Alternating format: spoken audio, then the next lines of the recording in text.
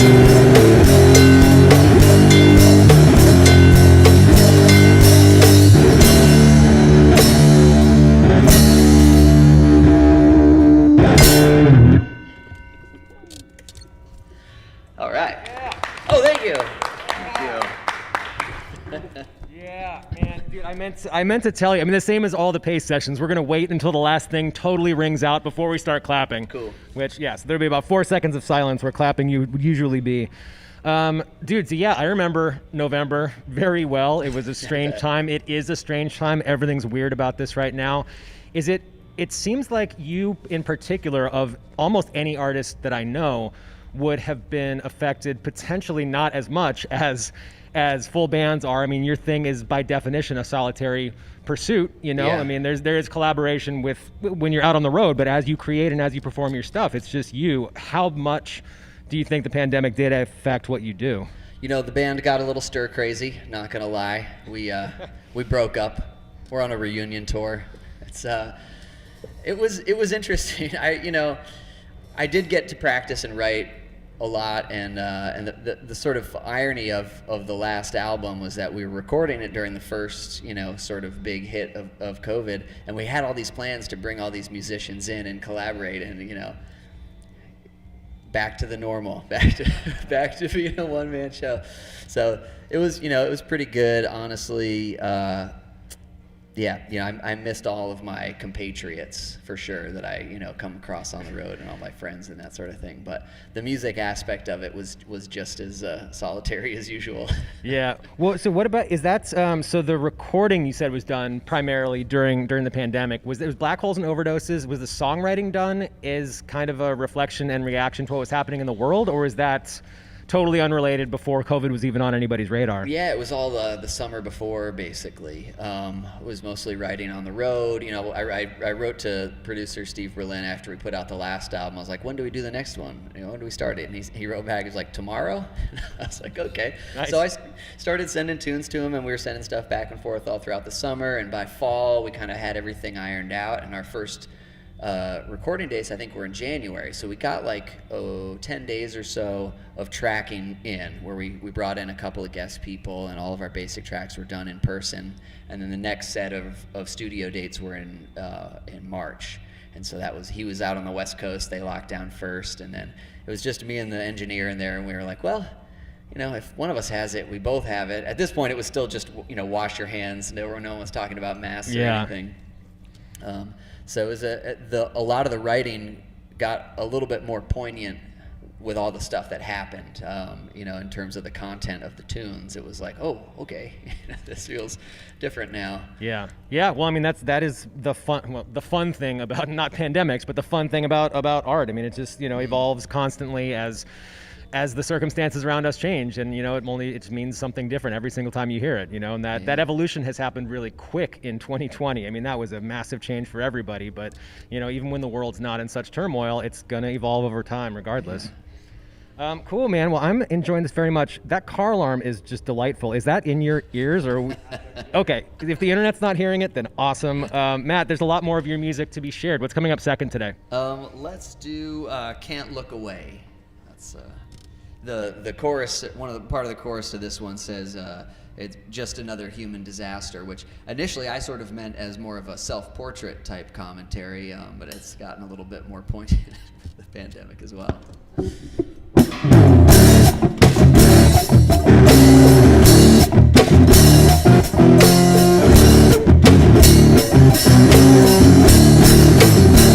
We were waiting for the times to change, with smart axe and weather vanes, working out all the wear and pain in a chorus of notes, with loose teeth and a gentle touch. It didn't really ever come to much. The very thing that we loved and such, with a predictable soul. But it's just another human disaster. Just another human disaster on the side of the modern road. You can't look away. You can't look away. You can't look away. But a hungry heart and an angry mind will keep you looking and keep you blind. And it won't matter if they never find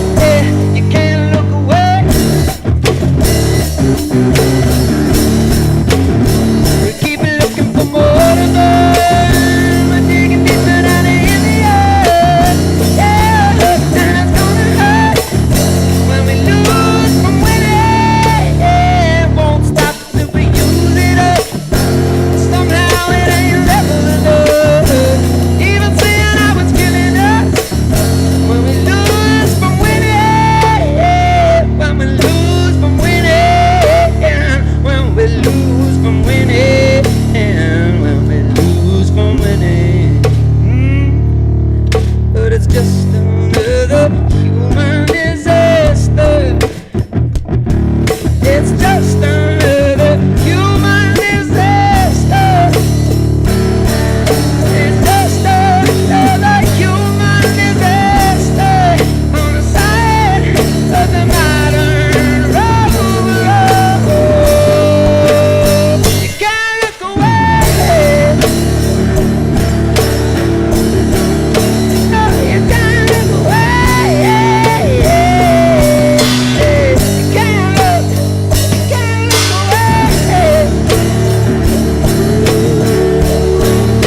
Oh, you can't look away. You can't look away.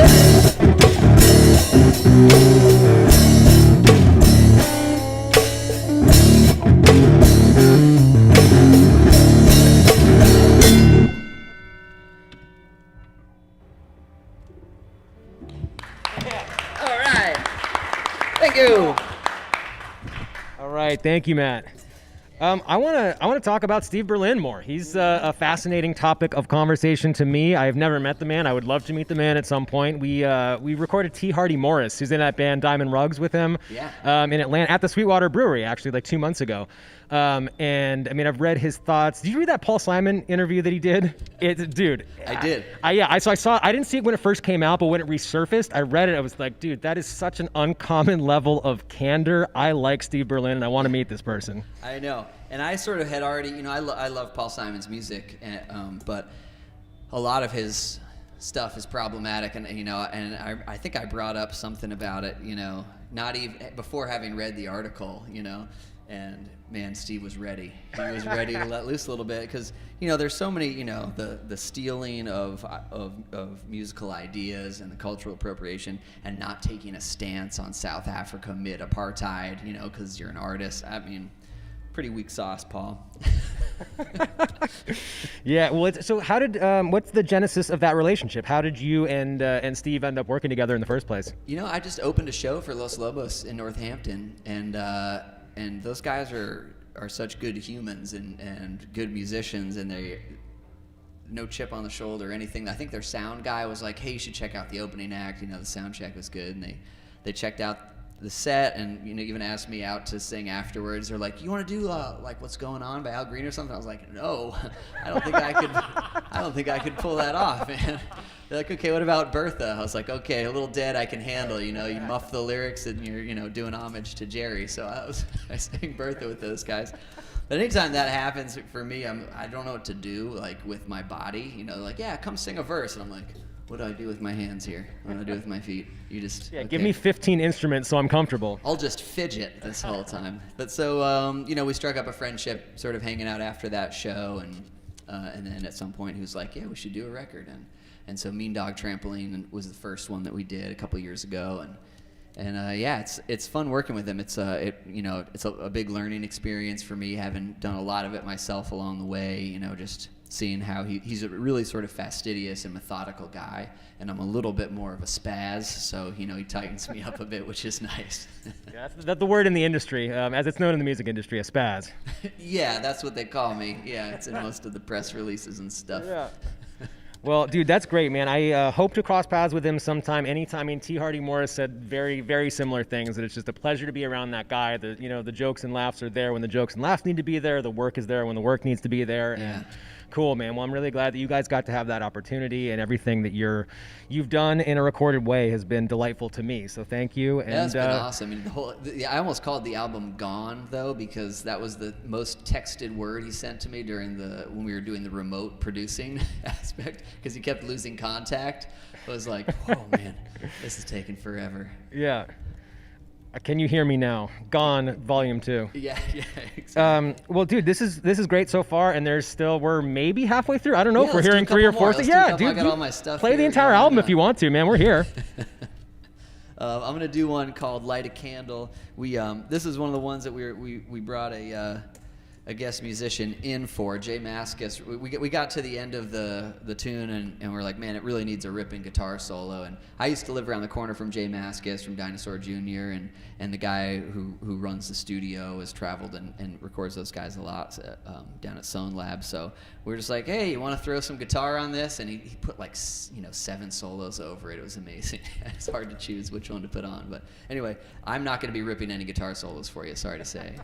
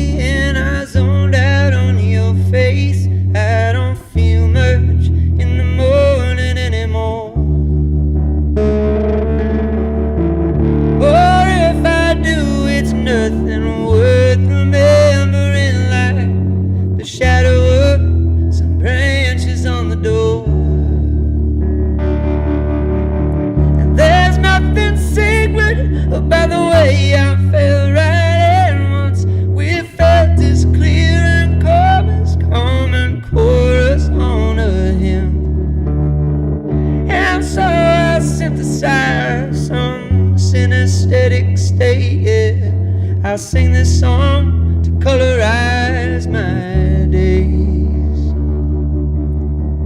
I light a candle for you. I light a candle for you. I light a candle for you every night.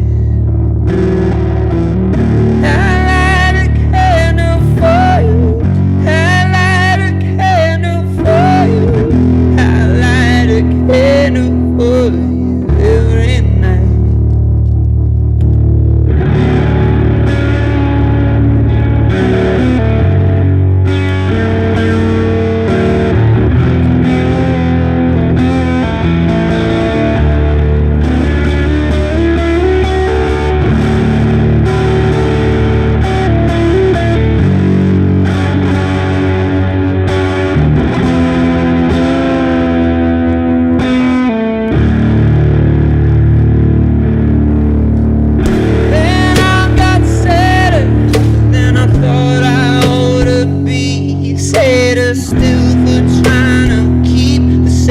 Out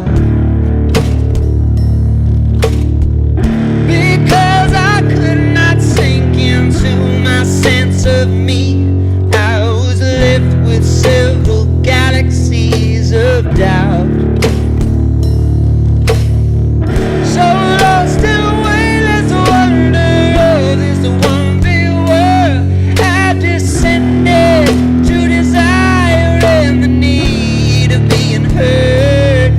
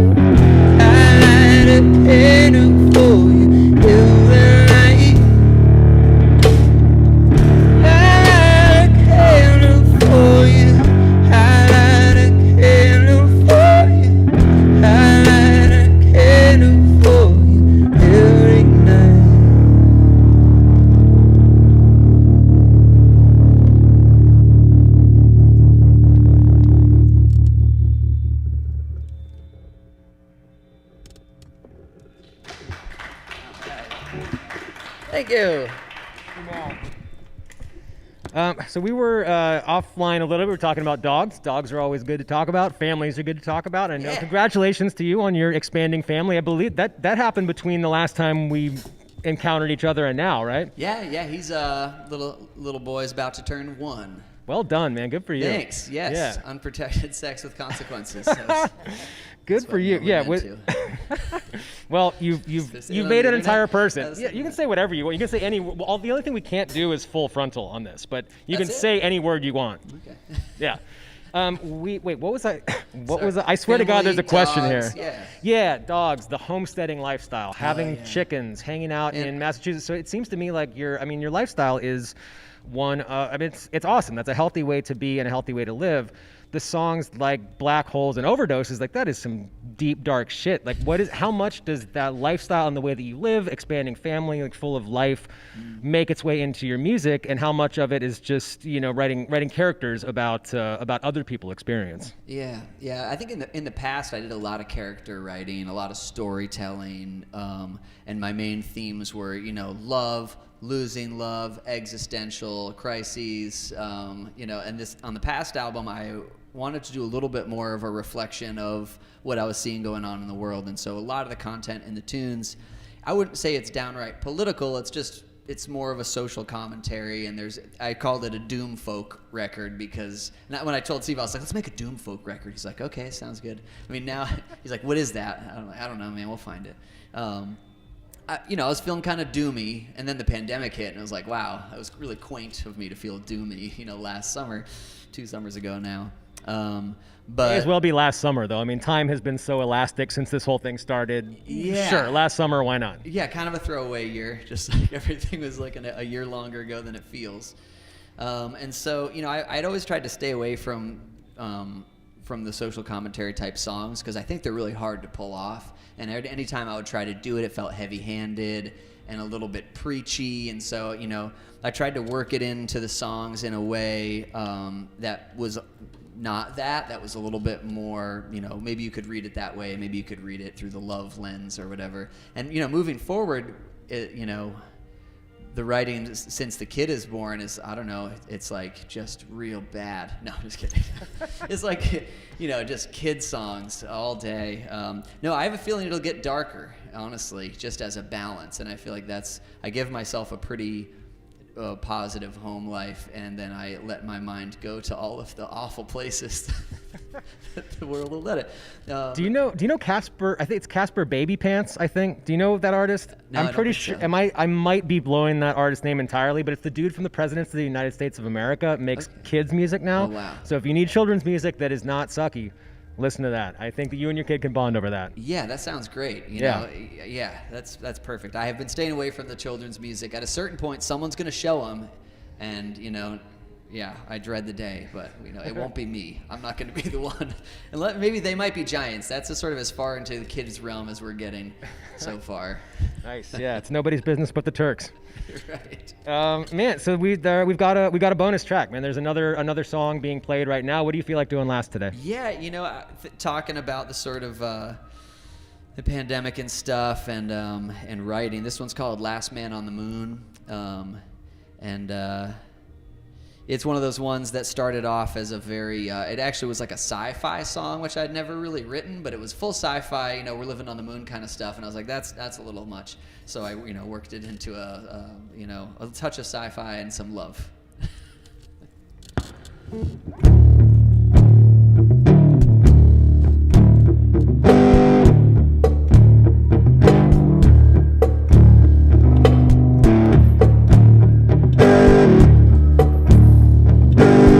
I told myself that it was just the right thing to do.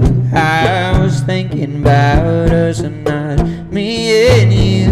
It was reflexive, falling out of control. I thought that maybe you would come out when we're old, but things are changing faster than we thought possible. And I tried to reach you, but the bandwidth is full. Now I'm the last man on the moon. Forever never felt so soon. I'm the last man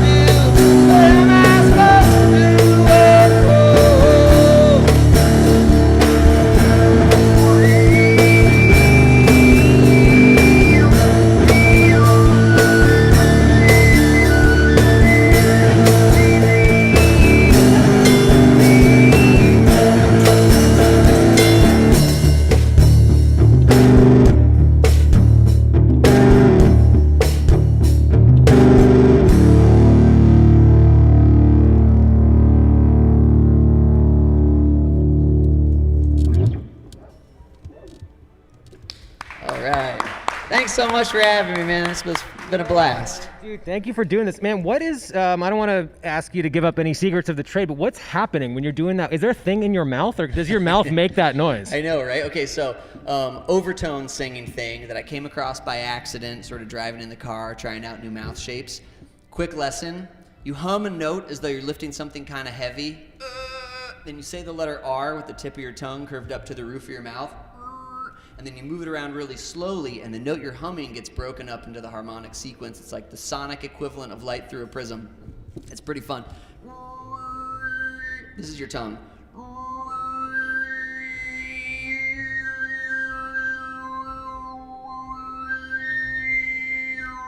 And so the reason there's this, anyway, I could go on, I could nerd out, but there it is. Dude, go on. I'm so glad that I asked that question, man. That was a delightful response, dude. I know, Thank I was you. like, I don't usually do it on that song, but I was like, I haven't done any of that lately. I feel like practicing a little.